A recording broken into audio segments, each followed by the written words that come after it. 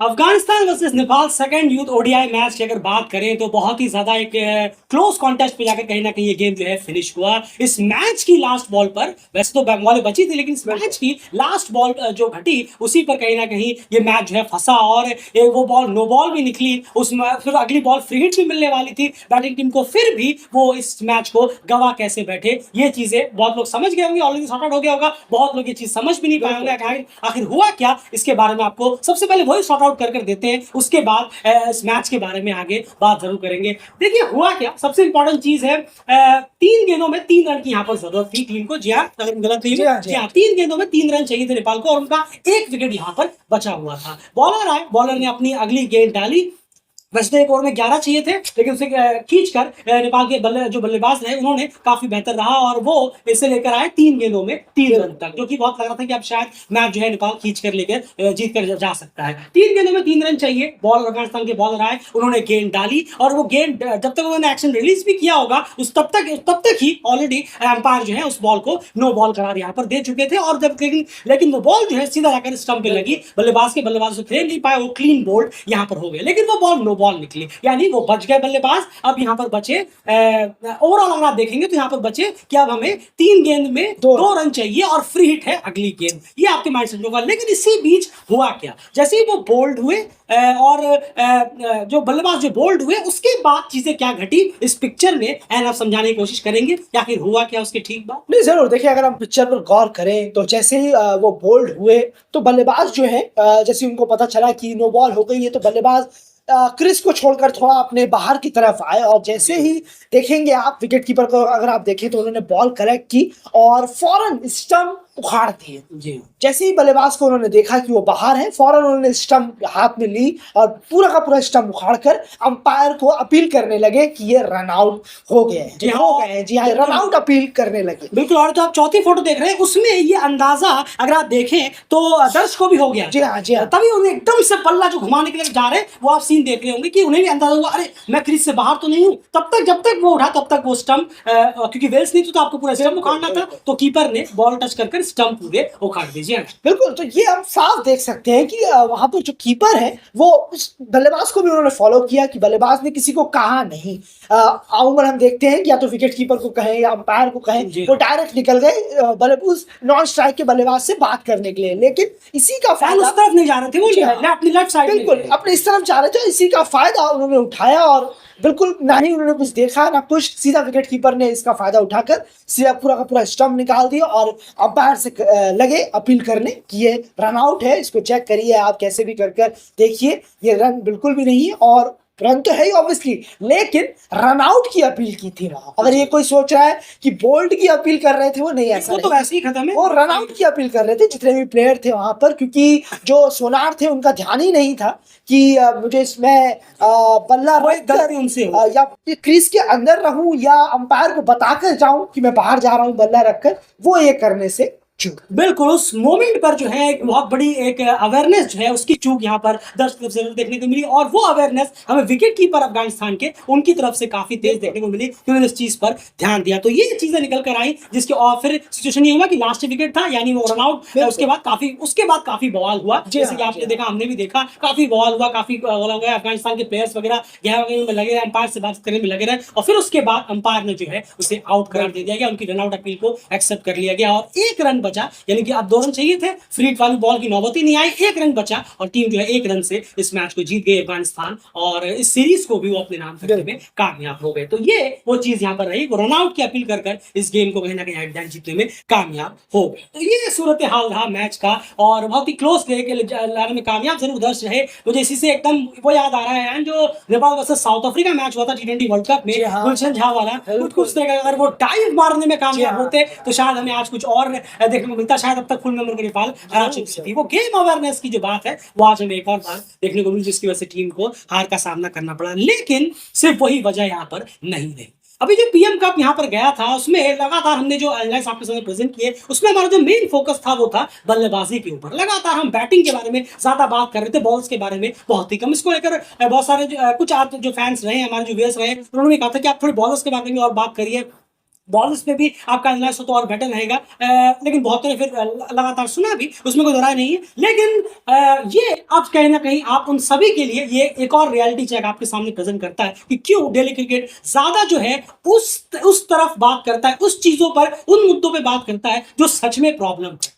हमने ये लगातार कहा है, आपके चाहे वन हो चाहे सीनियर्स में हो, कि बॉलिंग इतनी खराब नहीं है। बिल्कुल बिल्कुल, ये इतनी खराब बॉलिंग नहीं है, बॉलर्स आपके लिए फिर भी कर देते हैं, चाहे वो सीनियर टीम हो चाहे वन टीम हो। बॉलर्स में पेस अटैक जो है उस पर बहुत काम करने की जरूरत है। लेकिन एज अ यूनाइट बॉलिंग अगर आप पूछेंगे तो बॉलर्स ने फिर भी कई मौकों पर टीम के लिए अच्छे सिचुएशन पर बहुत अच्छी परफॉर्मेंस दी है। लेकिन जो सबसे बड़ी दिक्कत है जिससे आज कोच आता है वो भी मुंह फेर कर बैठ जाते हैं, वो है बल्लेबाजी। और इसीलिए बल्लेबाजी की बात करना वो हम गवारा समझते हैं और वही हम अपने वीडियोस में लगातार प्रेजेंट करते हैं। और जो हमने पिछले मैच में कहा, देखिए आज फिर से वही कहीं ना कहीं चीजें, फिर से वही चीज दोहरा दी नेपाल के बल्लेबाजों ने। इतना इंपॉर्टेंट, इतना एक अच्छे टोटल को भी डिफाइन करने में टीम नाकामयाब यहाँ पर हो गई। एंड सीधे सीधे मुद्दे पे चलते हैं आप, फेस बाय फेस से ज्यादा चीजें, ये सब चीजें समझनी जरूरी थी। तो चलते हैं सीधे हम अफगानिस्तान के टॉप कंट्रीब्यूटर की तरफ से। टॉप कंट्रीब्यूटर वगैरह अफगानिस्तान के आज के मैच में कौन कौन से रहे, फिर सीधा बात करेंगे नेपाल की बॉलिंग डिपार्टमेंट।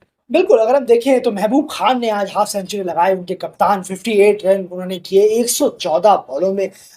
उसके अलावा कुछ ज्यादा कुछ खास हमें स्कोर देखने को मिला नहीं। सीधा नीचे और सीधा नीचे 27 रन राहुल्ला अरब, जी हाँ, राहुल्ला अरब ने 27 रन किए, थोड़ा साथ दिया, वहीं उन्होंने थोड़ी पार्टनरशिप स्टिच की और टीम जो है 168 रन तक पहुंचने में कामयाब रही। 50 ओवर जरूर खेले टीम ने, ठीक 50वें ओवर में जाकर जो अफगानिस्तान है वो ऑल आउट। बिल्कुल, बहुत सारी गलतियां हुई है, लेकिन हम अफगानिस्तान के बारे में बात नहीं करेंगे, वरना तो इनके बारे में काफी गलतियां इन्होंने भी यहाँ पर की है। ऑलरेडी फुल मेंबर है, उनका कुछ जाएगा नहीं, वैसे भी वो तो ऊपर ही जा रहे हैं। खैर, उसके बाद अगर हम बात करें बॉलिंग डिपार्टमेंट की, नेपाल के बॉलिंग डिपार्टमेंट समझाने का कोशिश करेंगे। फिगर्स हम सामने देख रहे हैं, काफी अच्छी वापसी की नेपाल के बॉलर्स ने पिछले मैच के मुकाबले। बिल्कुल, जैसे ही आपको स्पिन जो थोड़ी पिचेस है वो मिली तो फौरन हमें यहाँ दिखे कि स्पिनर्स ने किस तरीके से पूरा टैकल किया गेंद को, बहुत शानदार रहा। अब सारे ही स्पिनर जो हैं, अगर हम देखें सिब्रेन, संतोष, विपिन, अपराजित पौड़ेल, इन लोगों ने बहुत शानदार बॉलिंग कराई और एक्स्ट्रास भी लिमिटेड रखे, ज्यादा ओवर एक्स्ट्रास नहीं दिए और सभी ने यहाँ शेयर किए विकेट, किसी ने 2 किसी ने 1। काफी उम्दा बॉलिंग रही। बॉलिंग के लिहाज से अब पिछले मैच के अगर आउटकम को देखेंगे आप तो कहाँ पिछले मैच में 50 ओवर टीम ने खेले थे, 300 का स्कोर टांगा था। लेकिन इस मैच में बॉलर्स ने थोड़ा और कसी हुई गेंदबाजी की, जैसे उन्हें अपनी फेवरेबल पिच मिली स्पिनर्स को, वहां पर वो चलने में जरूर कामयाब। बिल्कुल, डेफिनेटली 2 दिन के बाद जो पिच और ड्राई हुई उसका कहीं ना कहीं फायदा बॉलर्स को आज जरूर मिला, खास करके स्पिन डिपार्टमेंट को। चलिए अब बात करते हैं जो सबसे बड़ा हेडेक रहता है नेपाल के लिए, वो है बैटिंग डिपार्टमेंट और नेपाल की बैटिंग, और वो भी आज चेस करते हुए। पिछले मैच में भी चेस था, आज भी चेस था। यहाँ पर सीधे सीधे बैटिंग कार्ड जो है वो आपके सामने है। एक और हमें बड़ा बैटिंग फेलियर देखने को मिला टॉप और मिडिल ऑर्डर के बल्लेबाजों की तरफ से। और जैसे कि क्रिकेट लगातार आपसे कहता है, डेफिनेटली वो तो मैच दर्श काफी क्लोज लेकर जा रहे थे, एज अ लोअर ऑर्डर में कोशिश कर रहे थे मैच को निकलने आगे। लेकिन जो सबसे बड़ा ब्लंडर रहा, अगर आपके टॉप 4 बल्लेबाजों में से रन निकल कर नहीं आएंगे अच्छे से तो आपको दिक्कतें होनी ही होंगी। वैसे स्लो स्कोरिंग मैच में होनी नहीं चाहिए जी, वो तो कम से कम 200 के आसपास के मैचों में होती है, या फिर जब आप पहले स्कोर सेट करते हैं। लेकिन इस मैच में भी हमें वो चीज नजर आई, क्योंकि फिर लोअर ऑर्डर फिर और ज्यादा कमजोर नजर आया। टॉप ऑर्डर मिडिल ऑर्डर में आपको सिर्फ एक ही कंट्रीब्यूटर दिखेंगे, एक अच्छे कंट्रीब्यूटर जिन्हें हम कहेंगे, जिनके बारे में बात भी की जा सकती है, वो है साहिल पटेल, जिन्होंने 64 रन किए 119 गेंदों में। वक्त उन्होंने बहुत लिया, स्ट्राइक रेट उनका काफी स्लो रहा, ये दिक्कत तो लगातार रही है और उस पर हम ऑलरेडी चर्चा कर चुके हैं। लेकिन उनका साथ भी किसी की तरफ से देखने को हमें नहीं मिला। नीरज हो 15, शुरुआत मिला, नरेन 13, नरेन के लिए बहुत डिसअपॉइंटिंग रहा है अगर हम देखें। उसके बाद सिवरिन है, दिलशाद है, 2 रन 8 रन, कंट्रीब्यूशन नहीं मिला। फिर सीधे अभिषेक ने आकर थोड़ा कंट्रीब्यूट किया और तेज कंट्रीब्यूट किया, ये इंपॉर्टेंट रहा, 24 रन 25 गेंदों में। लेकिन उसके बाद फिर रोशन बी के कंटिन्यूसली फेलियर जा रहे हैं अपनी टीम के लिए, ना उन्होंने दिल्ली के खिलाफ रन किए और ना आज इतने इंपॉर्टेंट मौके में भी ये रन करते हुए नजर नहीं आए। फिर जाकर लोअर ऑर्डर के साथ मिलकर थोड़ा बहुत दर्श ने कोशिश यहाँ पर की, क्योंकि मैच जो है इनके जाने का, अभिषेक अगर हम देखें, अभिषेक और साहिल के आउट होने के बाद मैच जो है पूरी तरह से लगा था कि कहीं ना कहीं फंस गया और अफगानिस्तान इस मैच को लेकर जा रहा है। दर्श ने थोड़ी सी उम्मीद जरूर जगाई यहाँ पर, लेकिन एट द एंड जो कुछ हुआ, जो कुछ लास्ट में घमासान हुआ, एक थोड़ी सी गेम अवेयरनेस के ब्लंडर के चक्कर में नेपाल इस मैच को गंवाने में बैठा। लेकिन वो तो हम बात कर चुके हैं, लेकिन बल्लेबाजों का एक और खराब परफॉर्मेंस हमें देखने को मिला।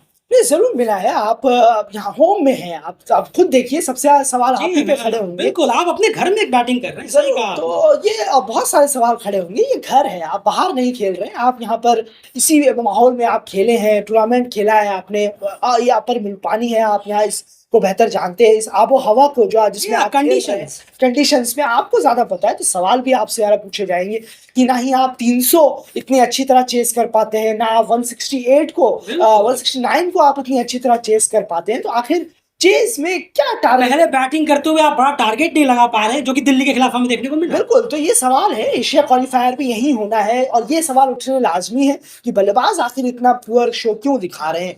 तो ज़रूर है कि ऊपर के बल्लेबाज थोड़ा खेलें, जमें और रन्स करें। कई बल्लेबाज हैं जो मौके मिल रहे हैं उन्हें, लेकिन वो रन्स नहीं कर रहे हैं, तो ज़रूर थोड़ा जब आप वक़्त ले रहे हैं 30 गेंदें, 40 गेंदें, तब आपको साहिल पटेल जैसे स्कोर आप उम्मीद करेंगे कि उन जैसे स्कोर आप करें। स्ट्राइक रेट थोड़ा बेहतर हो, जी हाँ। 65-70 का स्ट्राइक रेट हो, ये मतलब नहीं कि तो 45 या 50 का स्ट्राइक रेट हो। इससे 170 का चेज़ भी लगेगा कि हम 470 चेज़ कर रहे हैं। और यकीन मानिए आपका करियर खराब हो जाएगा। बिल्कुल, अगर आप बिल्कुल। लगातार 45-50 के स्ट्राइक रेट से खेले जा रहे हैं और खुद में सैटिस्फाइड हैं, तो यकीन मानिए आप गलत ट्रैक पे जा रहे हैं।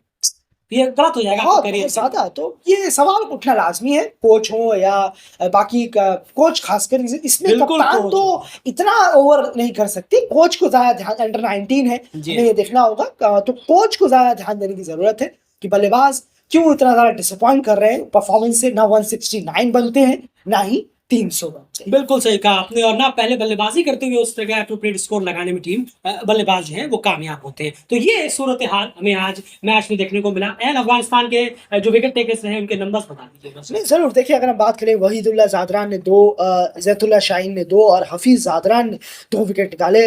बहुत ही अच्छी बॉलिंग कराई है, एक्स्ट्रास में भी बहुत कमी है अफ़गानिस्तान के बॉलर्स की। काफ़ी बेहतरीन आज आउटिंग रही अफ़गानी बॉलर्स। बिल्कुल, तो ये पूरा एनालाइज़ आपके सामने हमने प्रेज़ेंट किया और एट द एंड फिर हम जाते-जाते वही चीज़ आपके सामने कहेंगे कि दिक्कत अगर ए है, ए-बी-सी करके हम कह रहे हैं, अगर दिक्कत अगर ए है, तो सबको बी-सी-डी-ई-एफ-जी-ज़ेड तक दिख रहा है या उधर ही देखना है, कोई एक ही तरफ देखने की कोशिश ही नहीं कर रहा। दिक्कत ये है, लेकिन देख इधर रहे हैं सब। चाहे वो सीनियर में हो, चाहे वो कोई नया कोच आता है, अंडर 19 में हो या कहीं पे भी, किसी भी ए साइड में तो मैच ही नहीं होता खैर। जी हाँ। वो तो एक फाइनल में एक पेपर बना के छोड़ दिया है, लेकिन दिक्कत ए, सबको देखना इधर है। कैसे प्रॉब्लम सॉल्व होगी, सोच कर देखिए दिक्कत कहाँ है। फिलहाल इस वीडियो में इतना ही। बने रहिए डेली चैनल से।